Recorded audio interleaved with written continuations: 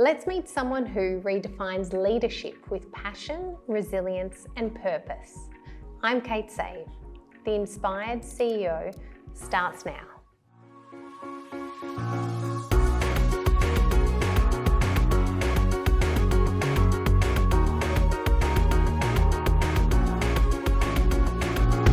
Welcome to The Inspired CEO, where each episode we explore the innovative wellness practices that are driving success and longevity in the modern business world.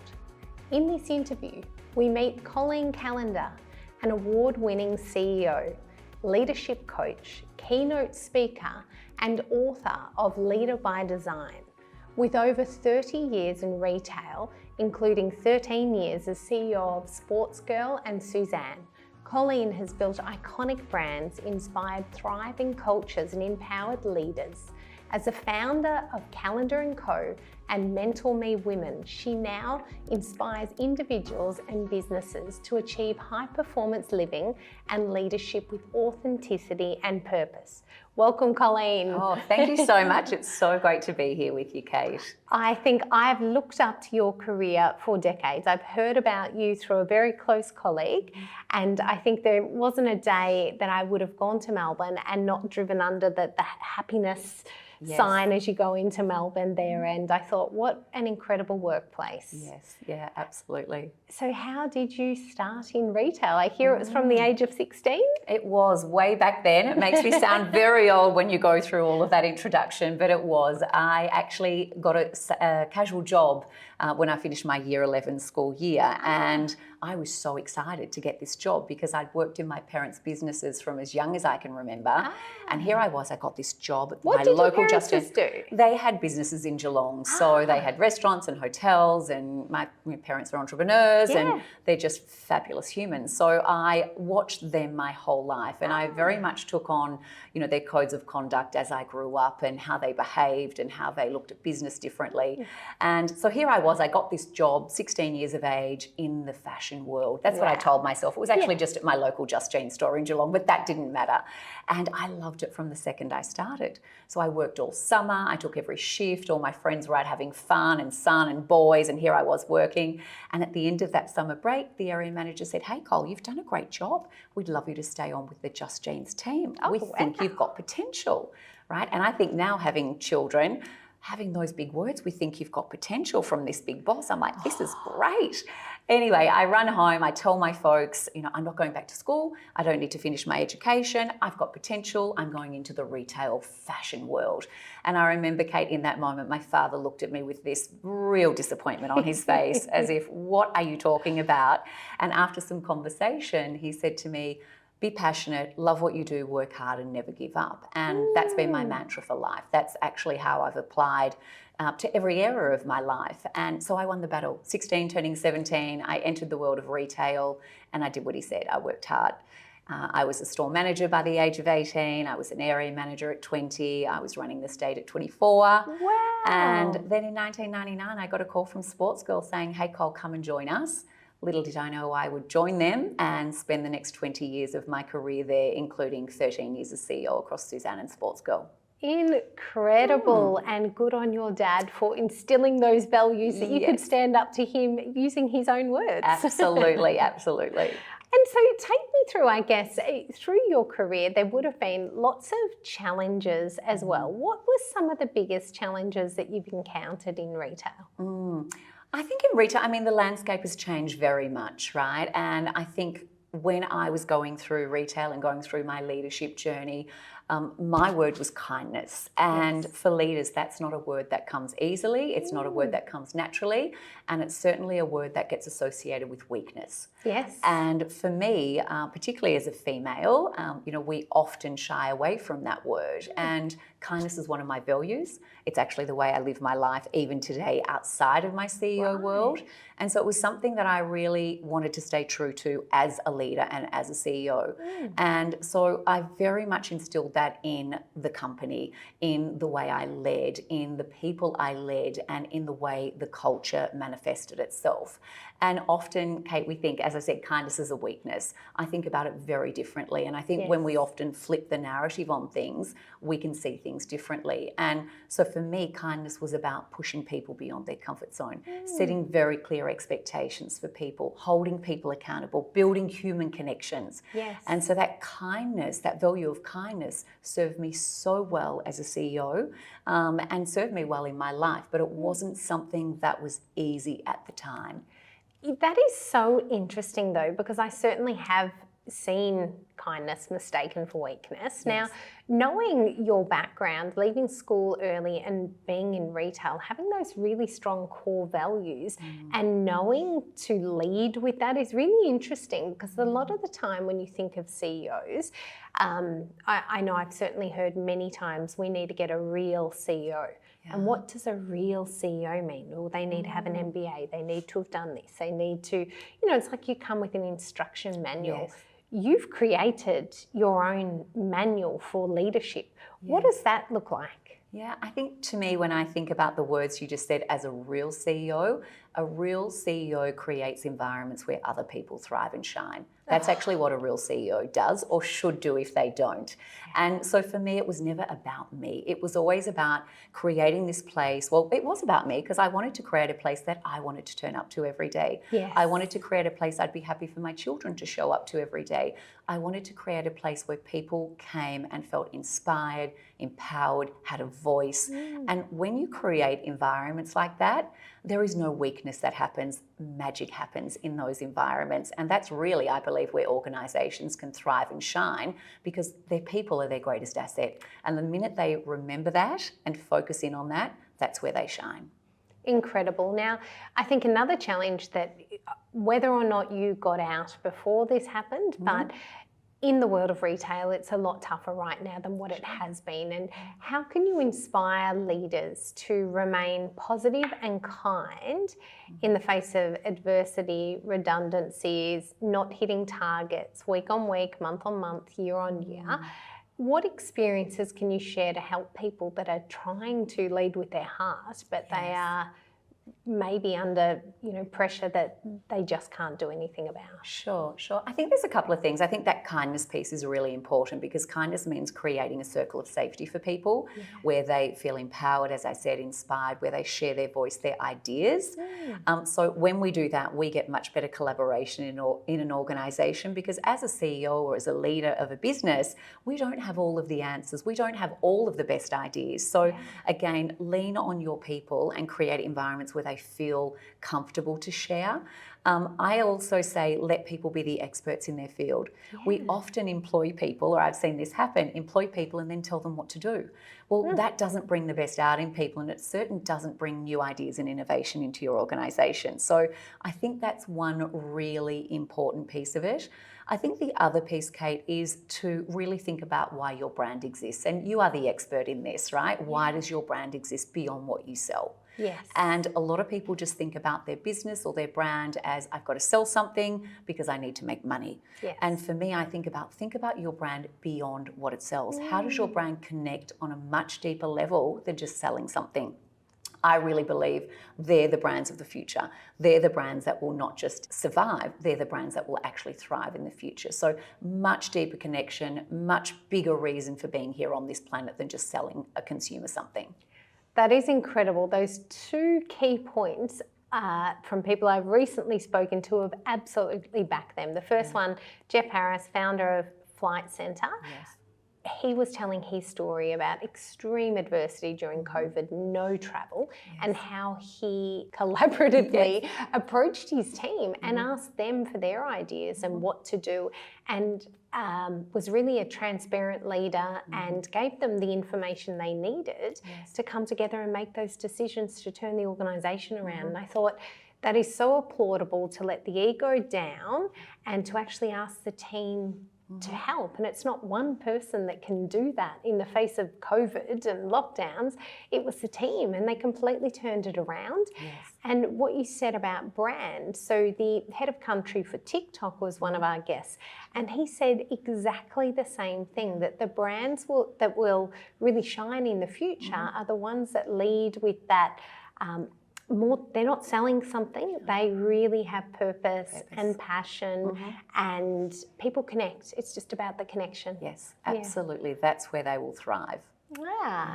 Now, in terms of your career, so you had a period of burnout. What did that look like? What were the key things that someone else could look at and go, maybe I'm getting close to burnout, or maybe I'm already there? Yeah, sure. It was a bit of a dark period in my life. It was 2007. I was 36 years of age. I had 3 children under the age of 10, and I was a red Ferrari. That's how I explain myself in my book, right? Yeah. A red Ferrari that never wanted to leave the track, never put air in the tyres, never put petrol in the tank, wanted to go faster and faster and faster every single day, right? And I'm sure a lot of your audience can relate to that analogy, because I just wanted to be my very best and beat that personal best every day.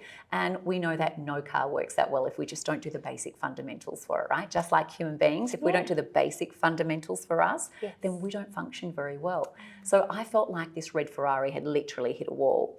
And for me, as a woman and 3 young children, I thought the only option I have is to go in and resign tomorrow. So I was beside myself. I had the best job in the world. I was general manager of Sportsgirl. I'm thinking my life doesn't get much better than this. But I thought I had no options. And it was either that, or I didn't know if I could get out of bed the next day. Oh my goodness. So I went in and resigned, and lucky for me, I got talked out of that idea.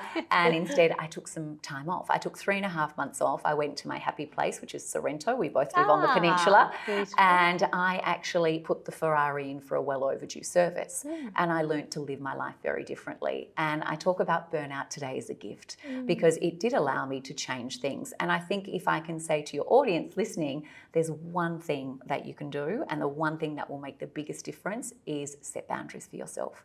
Because boundaries are all about protecting the asset, and you are the asset. You are the most important person here today. And often we don't think about that, particularly as mothers, entrepreneurs. We wear so many hats, right?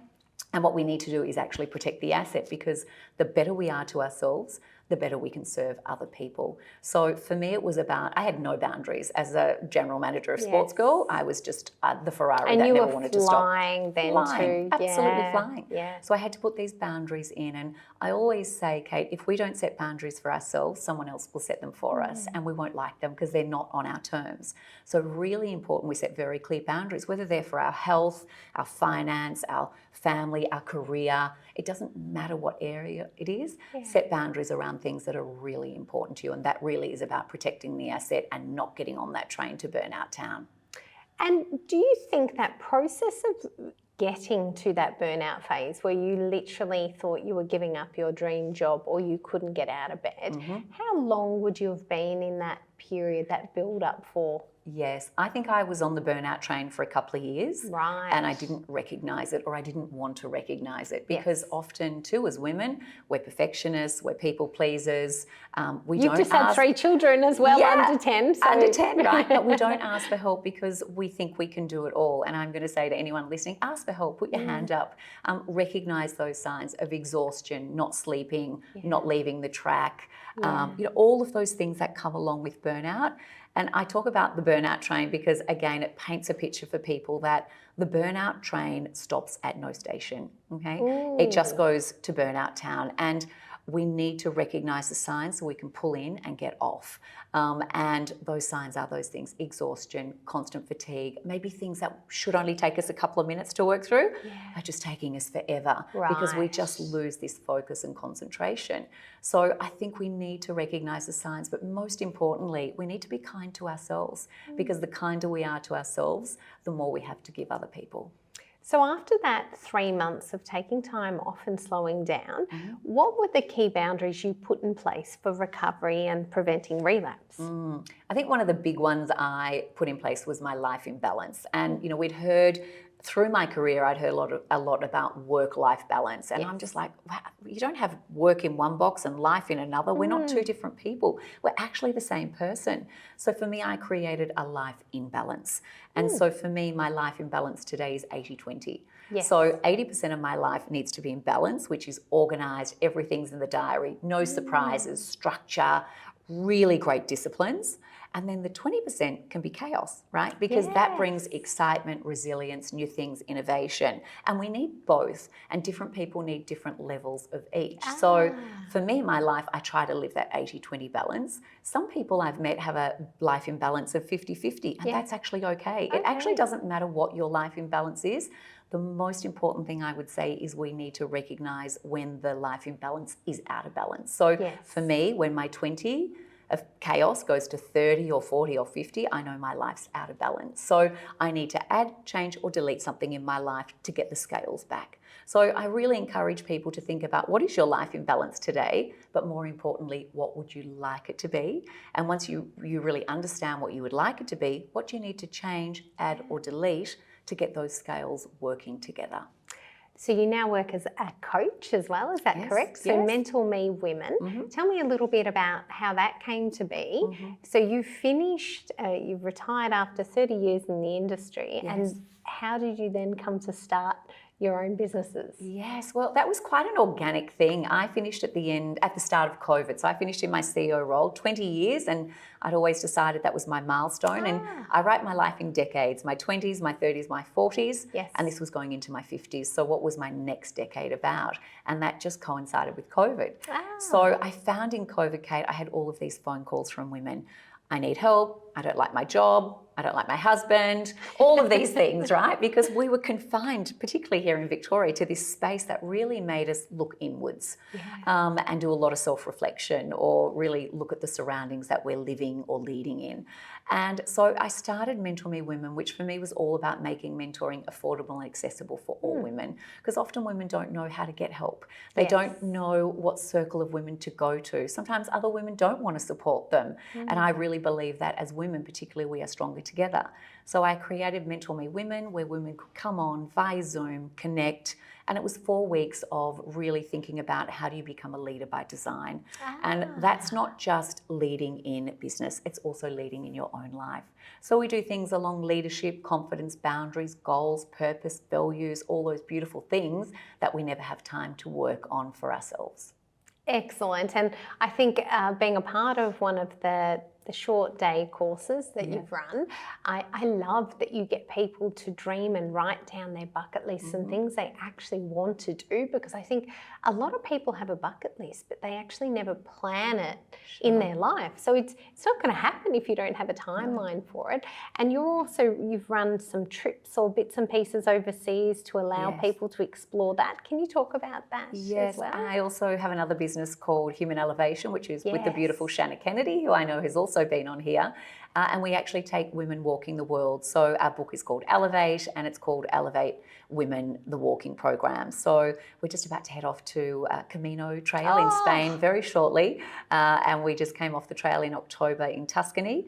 But it's really about women walking and connecting and really elevating themselves in all areas of their lives. And I love it that you say you have to have your goals and dreams written down, because we say you can't be what you can't see. So when we write something down and it's in front of us, that becomes our reality. So we do a lot of journaling on the walk. We do a lot of coaching on the walk together with the participants. We do a lot of reflection work. And women honestly come off that walk saying, this has changed my life. And I say that we can change people's lives one human at a time. Oh, that's so incredible. And that gives me these little excitement bubbles in my tummy, I think. And I love vision boards, and I put pictures on things, and I think as long as you can see it, you can get there. But huge believer in that. So fantastic. Now, going back to you and your health, how do you now find balance with running your own businesses? How many, you've written 2 books? 2 books, Two books. Any more coming? Or? Oh, you never know what's around the corner. I'd never say never to anything, right?